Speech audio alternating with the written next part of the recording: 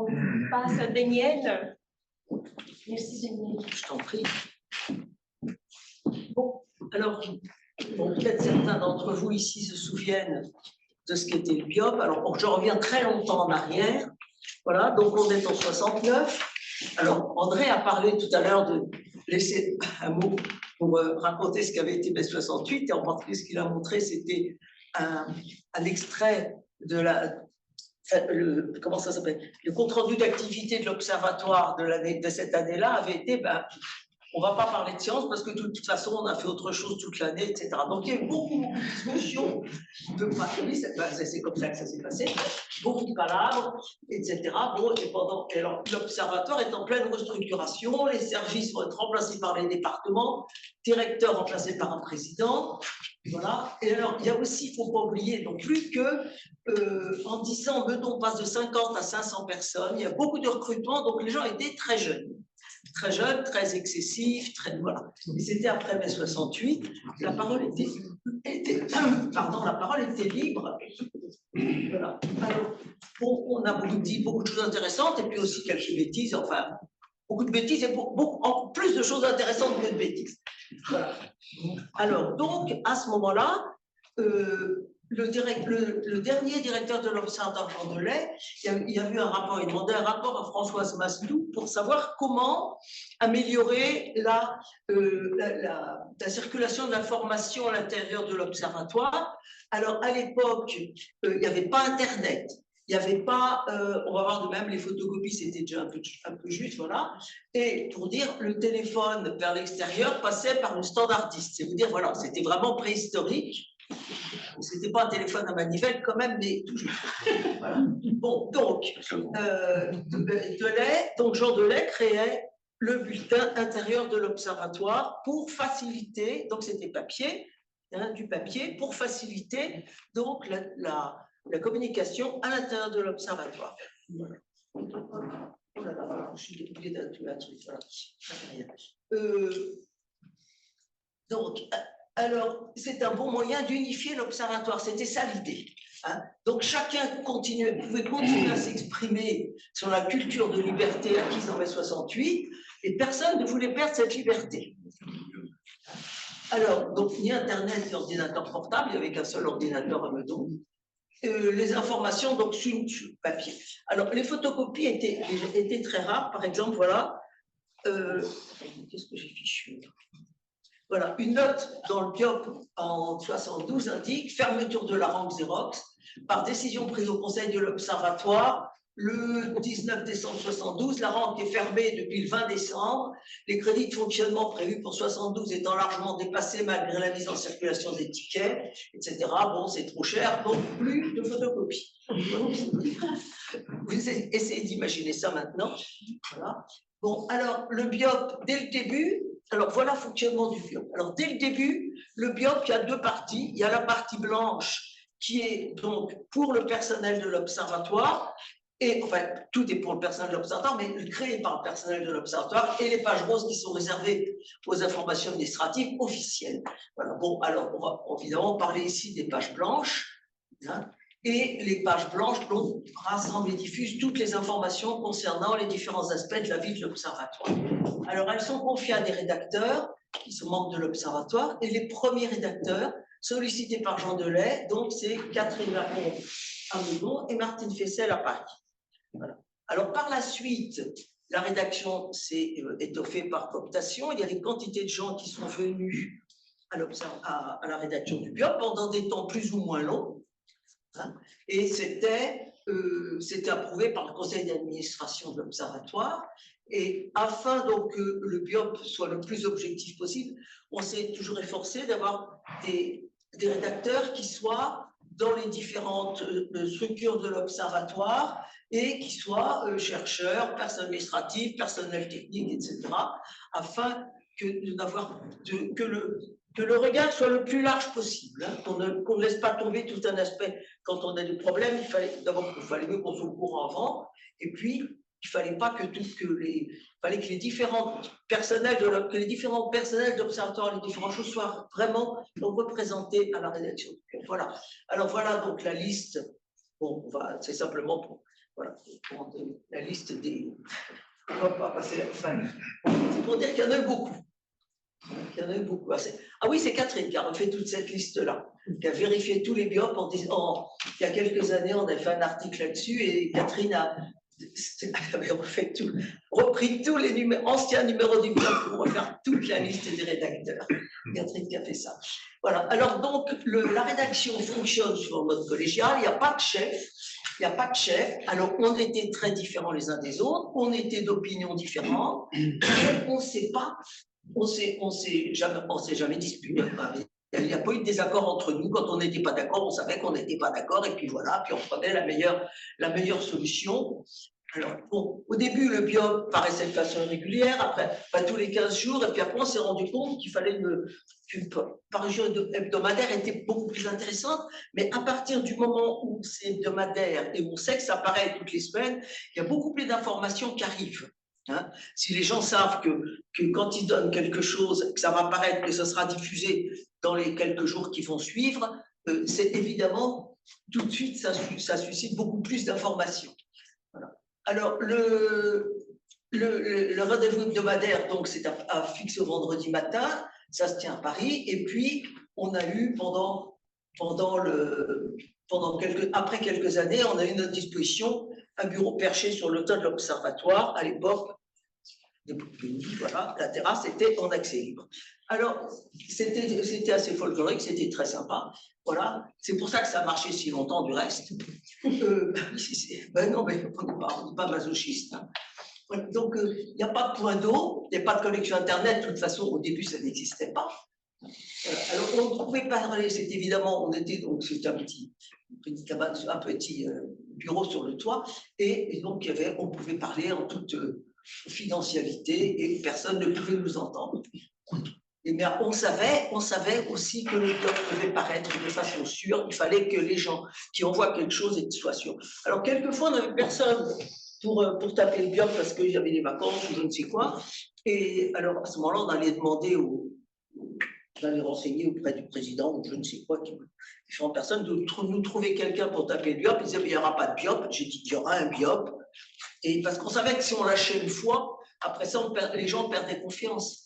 Et j'avais menacé de faire passer le biop, on avait menacé de faire paraître un biop manuscrit, de reproduire les pages manuscrites, et du coup, on a toujours eu quelqu'un pour le taper. Les menaces. Alors, il s'est posé quelques problèmes, voilà, ça c'est très embêtant, ça. On avait un des rédacteurs qui nous avait expliqué que il avait un vilain patron, il était difficile de venir toutes les semaines à Paris, enfin, au début, il venait à Paris, puis après, il a dit, oui, mon patron, ça ne se passe pas, enfin, voilà.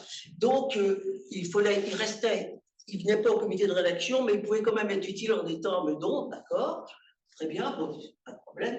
Mais alors après, un jour, Catherine nous dit, je ne comprends pas, je l'ai vue là dans le train qu'elle est à Paris, mais peut-être elle doit aller à la MGN, elle doit avoir quelque chose d'important à faire, voilà.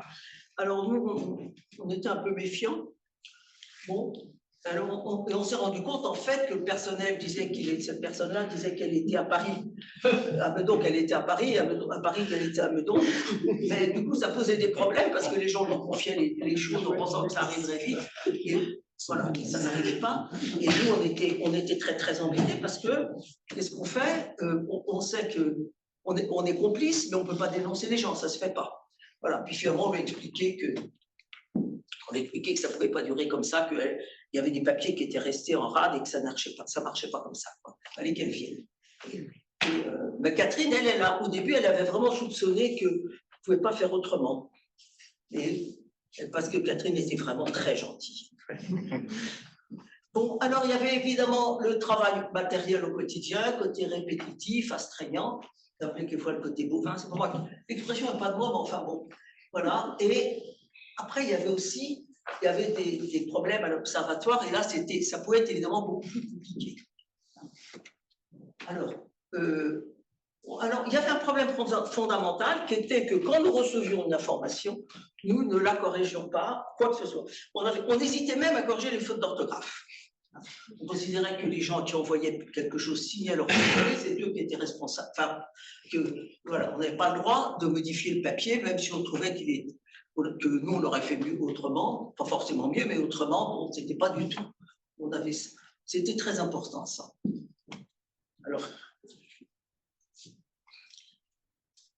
Alors donc, les informations arrivaient toujours plus nombreuses. C'était vraiment un besoin. La Deleuze avait vraiment une très, très bonne idée. C'était vraiment un besoin. Et alors, à ce moment-là, au début, on mettait les informations comme elles arrivaient. Puis après ça, on s'est rendu compte qu'il y en avait trop, que c'était vraiment fou, qu'on ne comprenait plus rien. Et alors, c'est l'abbé Simon, c'est Paul Simon, voilà, l'abbé Simon qui était espèce de travail sur le soleil et qui était venu nous voir. À l'époque, il était s'occuper du journal d'astronomie à la SAP, je pense. Et il nous a expliqué comment fallait organiser le BIOP pour que ça soit fiable et que les gens trouvent toujours les informations qui les intéressaient à la même place. Hein. Vraiment comme un vrai journal. Alors, donc, voilà, les choses, alors c'était presque professionnel, non. Alors, les rubriques, donc, il y avait les rubriques. Il y avait la première page avec la table des matières illustrée. Alors, l'illustration changeait tous les ans, voilà, dessinée. Il fallait trouver tous les ans quelqu'un, merci André, qui nous a fait. J'ai pas eu le temps de rechercher ta couverture, mais elle était très, très belle. Voilà des exemples. Alors, ça c'était très marrant parce que les anges, là, ça avait été juste au moment où il y avait énormément de contestations, de discussions et que ce n'était pas du tout angélique. C'est pas du tout ça, c'était une autre image qu'on passait au moment de Noël. Voilà. Alors là, par exemple, alors là, c'était pour expliquer qu'il y avait une couverture, mais je ne l'ai pas retrouvée. Hein.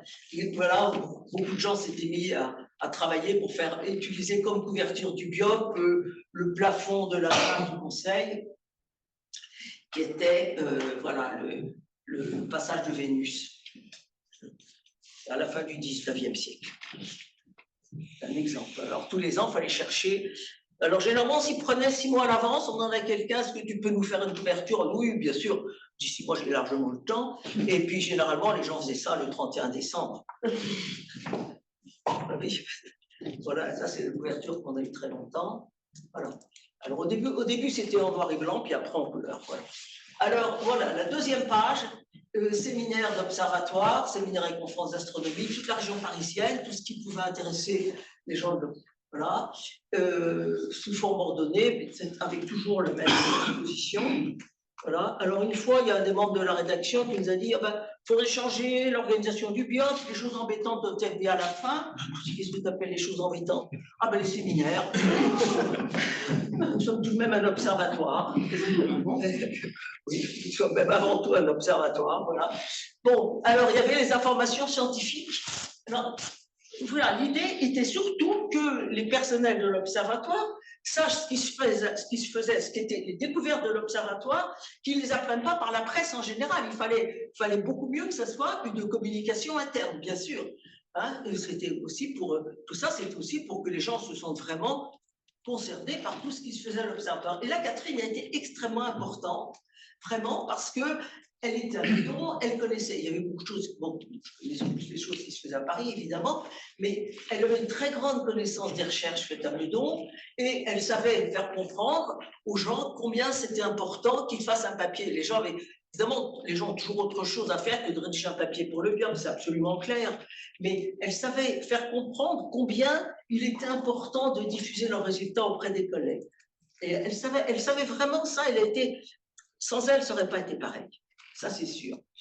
Bon, après, il y a eu toutes sortes de rubriques, information pratique interne, information pratique externe, etc. Alors, quelquefois, on crée de nouvelles rubriques.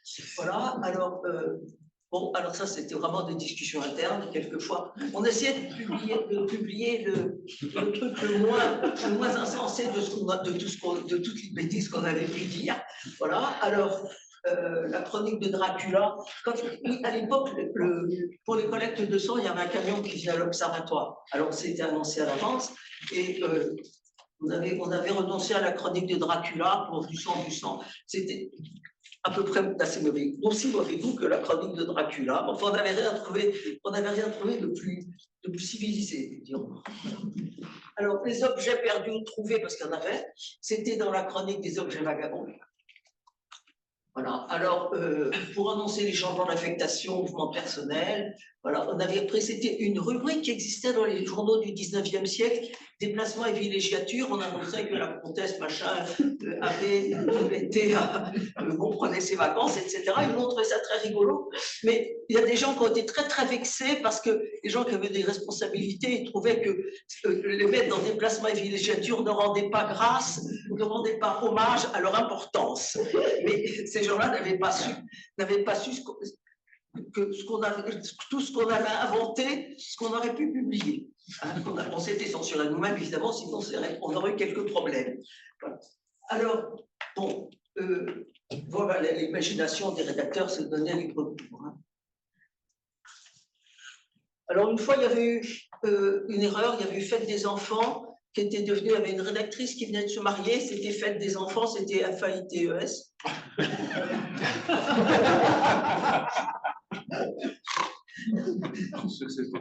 Alors, le biop s'est terminé par le courrier des lecteurs et malheureusement parfois par une rubrique écologique intitulant Souvenir.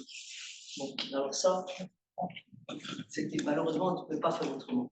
Alors, le courrier des lecteurs, ça, c'est ça a été très, très important dans le biop. Hein, et il y a beaucoup de gens qui se précipitaient là-dessus, et donc alimentés par les lecteurs du biop. Mais ce qui se passait aussi, c'est que le biop avait été diffusé dans les observatoires, hein, et les gens dans les autres observatoires. Hein, donc, les gens savaient que s'ils écrivaient quelque chose dans le biop, ça serait diffusé et que tout le monde le saurait très vite. Donc, le biop a reflété certains aspects de la communauté astronomique française, en particulier, c'était malheureusement les problèmes quelquefois. Voilà. Bon, alors, ça devenait un peu compliqué. Ce qui a été vrai aussi, c'est qu'après mai 68, donc, comme je dis, on a dit, il y avait des publications dans la communauté astronomique, des publications libres. Et certaines publications avaient publié des textes qui étaient, je veux dire, infâmes. Hein. Évidemment, après, plus personne ne voulait publier dans ces publications-là. Hein. Des textes en particulier, des textes qui étaient anonymes, enfin, ça a été assez. Voilà. Alors, nous, on ne voulait surtout pas que le biop fasse une erreur, hein, parce qu'on savait, si le biop fait une erreur, après ça, l'estime que les gens portaient au biop disparaîtrait. Hein. Donc, il fallait vraiment qu'on fasse attention, il fallait qu'on publie ce que les gens voulaient publier sans censure, mais il ne fallait pas que ce soit, comment est-ce qu'on peut dire, de la calomnie, il ne fallait pas que ça soit, voilà, hein, des choses comme ça, il fallait vraiment faire très attention. Alors, on avait potassé la loi sur la presse du 29 juillet 1881, je l'ignore. À l'époque, c'était indiqué sur les murs parce que c'était la loi qui était aussi défense d'afficher. Et c'était la loi sur la presse qui était très, très importante et qui continue à être la loi sur la presse. Voilà. Alors, donc, il ne fallait pas qu'il y ait des injures ou diffamations. On n'était pas au-delà des lois, hein, et les lois, c'est injure et diffamation, c'est évidemment interdit dans la presse. Voilà. Alors, donc, le règlement intérieur, on avait rédigé le règlement intérieur. L'observatoire doit fournir les moyens matériels nécessaires au biop. Chaque information doit être signée d'un nom, hein, et toute information mettant en cause une personne d'être suivie d'un droit de réponse dans la même rubrique et le même numéro. Donc, c'était surtout pour le courrier des lecteurs. Voilà. Alors, il fallait demander, donc quand il y avait un texte qui mettait en cause une personne, il fallait demander si elle voulait exercer son droit de réponse. Ah oui, alors que les textes soient signés par une personne, on voulait que si quelqu'un n'était pas d'accord avec le texte ou qu'il puisse discuter, qu'il sache à qui s'adresser. Hein. Donc, quand le texte était écrit par un syndicat ou un service, on était transmis par. Hein. On voulait qu'il y ait un nom, le nom d'une personne et que pas simplement d'une organisation quelconque. Hein. C'est au supérieur. Alors, par exemple, voilà, ça c'était une anecdote. Il nous arrivait un texte, c'était allusion à Hubi Roi des Parages. Alors, on a considéré que Hubi Roi des Parages, c'était le président de l'Observatoire. Alors, donc, on a été voir le président de l'Observatoire avec ce texte en lui disant, ben voilà, on a un texte, Hubi Roi des Parages, il nous semble que c'est vous. Alors, je dis, est-ce qu'il y a un droit de réponse? Alors non, le président, c'était Bichard. Hein. Bichard a souri, mais il a dit non, il n'y a pas de droit de réponse. Donc on a publié la lettre comme ça. Non, mais c'était quand même, quand on se dit, il faut que j'aille vers le président de l'Observatoire en lui disant, est-ce que Ubu, c'est vous? Bon, faut faire, c'est mon devoir, mais voilà, c'est moyen, quoi. Bon, alors, mais alors la parution pouvait retarder la parution, le droit de réponse. Hein. Alors, il y avait quelquefois des droits de réponse au droit de réponse, etc. Et alors, Catherine, que ça pouvait durer très longtemps parce qu'il y avait des choses, les gens pouvaient être extrêmement véhéments. Hein, les personnes. Alors, Catherine avait proposé que les publications se fassent 2 par 2. Elle me dit les assassinats se font par paire.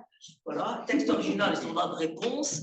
Et puis après, éventuellement, le droit, encore un autre droit de réponse, et puis avec son droit de réponse, etc., 2 par 2. Et puis, alors, elle avait aussi proposé que, et ça, c'était très malin aussi, que ce genre de papier ne dépasse pas une page. Parce que elle trouvait qu'en une page, elle avait parfaitement raison. On pouvait parfaitement dire tout ce qu'on avait à dire et que ce n'était pas la peine que le BIOP ait la taille d'une encyclopédie au moment où les gens étaient. Et puis, donc,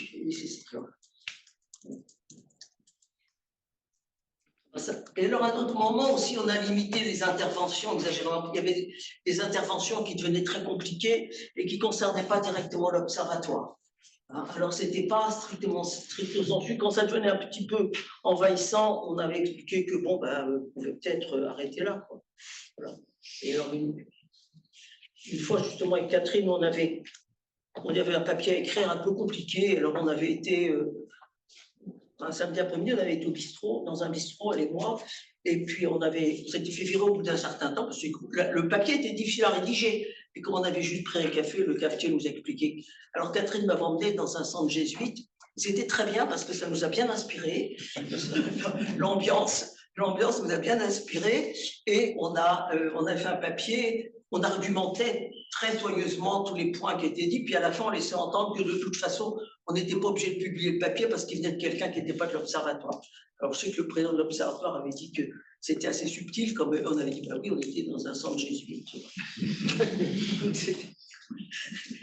Voilà, bon, ça, c'est les détails. Vous savez, quand on s'en souvient, ça fait. C'était un peu compliqué. On passait du temps là-dessus, mais Catherine, elle faisait ça très, très bien. Hein. Alors là, c'est le papier voilà, qui dit c'était en l'an 2000 et Catherine nous dit voilà, Catherine quitte le BIOP. Alors, on s'était rendu compte, on n'avait pas dit non, tu restes, on savait très bien qu'elle ne pouvait pas faire autrement. Voilà. Et on remercie voilà, que Catherine, le travail qu'on le remercie. Voilà. Et puis ça faisait 31 ans que Catherine était là. Voilà. Ceci dit assez ce que nous lui devons pour mieux nous entendre abandonner. Voilà. Mais alors là, on n'avait plus personne à nous, c'était vraiment de tout. Alors voilà, maintenant je veux parler donc, du rôle essentiel de Catherine. Donc depuis 69, pendant 31 ans, jusqu'à l'an 2000, Catherine a joué un rôle fondamental. Alors, grâce à son intelligence, sa totale honnêteté, son sens du travail bien fait, et bien sûr son extrême gentillesse. Mais gentillesse, je veux dire, c'est pas un mot, c'est dans le sens très fort du mot. Hein.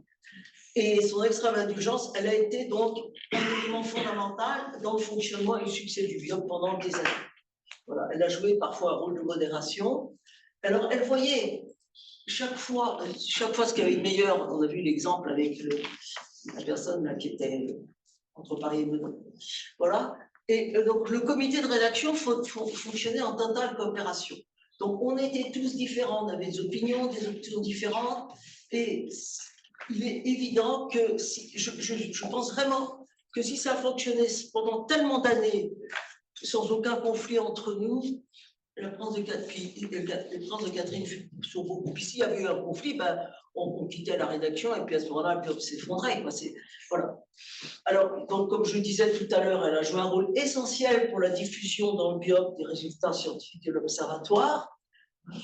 Donc, elle assurait sans faille le travail quotidien de recueillement, de gestion et de mise en forme des différentes informations. Ça, c'était vraiment un travail qui était, il fallait vraiment le faire, c'était répétitif, c'était, etc. Voilà. Donc, puis, attends, en plus, ce que je n'ai pas dit aussi, c'est qu'on voulait que le BIOP soit complètement en français, même pour des choses qui, a priori, pouvaient être publiées en anglais, mais on voulait que tout le monde puisse le lire, hein, même si ça ne concernait pas les gens, même des informations sur des postdocs à l'étranger, on voulait que ça soit en français. Et ça, c'était, il fallait traduire, il fallait faire les efforts de traduction, et on ne savait pas toujours bien ce que ça voulait dire. Voilà. Bon, et puis alors, elle savait aussi, alors un grand sens pratique, une infinie patience, aider, encourager les personnes, charger de la partie matérielle, la frappe, la reproduction et la diffusion. Ça, elle était vraiment une patience extraordinaire. Et elle savait très bien encourager les gens, c'était vraiment formidable. Voilà. Alors donc, comme j'ai dit tout à l'heure, le dernier travail de Catherine, donc, ça a été de participer à la rédaction d'un article destiné au BIOP pour célébrer ses 50 ans. Alors, elle avait de très sérieux problèmes de santé à ce moment-là, mais elle a fait le travail. Et alors, elle avait insisté pour que soit exprimé le souhait qu'il existe à nouveau à l'Observatoire un espace de libre parole non censuré, comme avait été pendant très longtemps le courrier des lecteurs du BIOP. Les temps changent, les modes de communication ne sont plus du tout les mêmes, mais le BIOP fait une belle aventure dans laquelle Catherine a joué un rôle essentiel. Merci Catherine.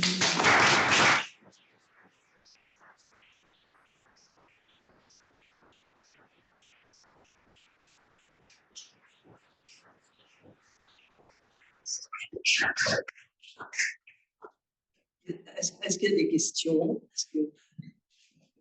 Le BIOP existe toujours. Pardon? Est-ce que le BIOP existe toujours? Ah oui, mais c'est pas du tout la même chose. C'est pas du tout la même chose. C'est publié par la communication de l'Observatoire et ils n'ont pas le même respect des textes qu'on leur envoie. Non, je sais. Non, mais c'est ça parce que l'article que j'ai fait en 2019, je me mal de chien à ce qu'il soit publié tel que je l'avais donné. Il y a une censure extrêmement active. Pardon? Il y a une censure active dans le BIOP actuellement. Mais c'est pas possible. Enfin, ce que je veux dire, c'est que c'est pourquoi moi, l'article que j'avais écrit, en plus, ils n'ont pas eu la version, il y avait une version privée. Oui, non, mais... Il y avait une version privée qui était beaucoup plus rigolote que celle que j'avais envoyée pour le BIOP. Hein. Mais non, mais c'est pas possible. Mais non, mais c'est pas. Le respect, quand les gens écrivent quelque chose, il faut respecter ce qu'ils écrivent quand même. C'est ça, c'était ça. On avait le respect, le sens du respect de ce que les gens écrivent. Oui. Juste une petite anecdote, en fait, très brève, Oui, pour illustrer la publication sans censure.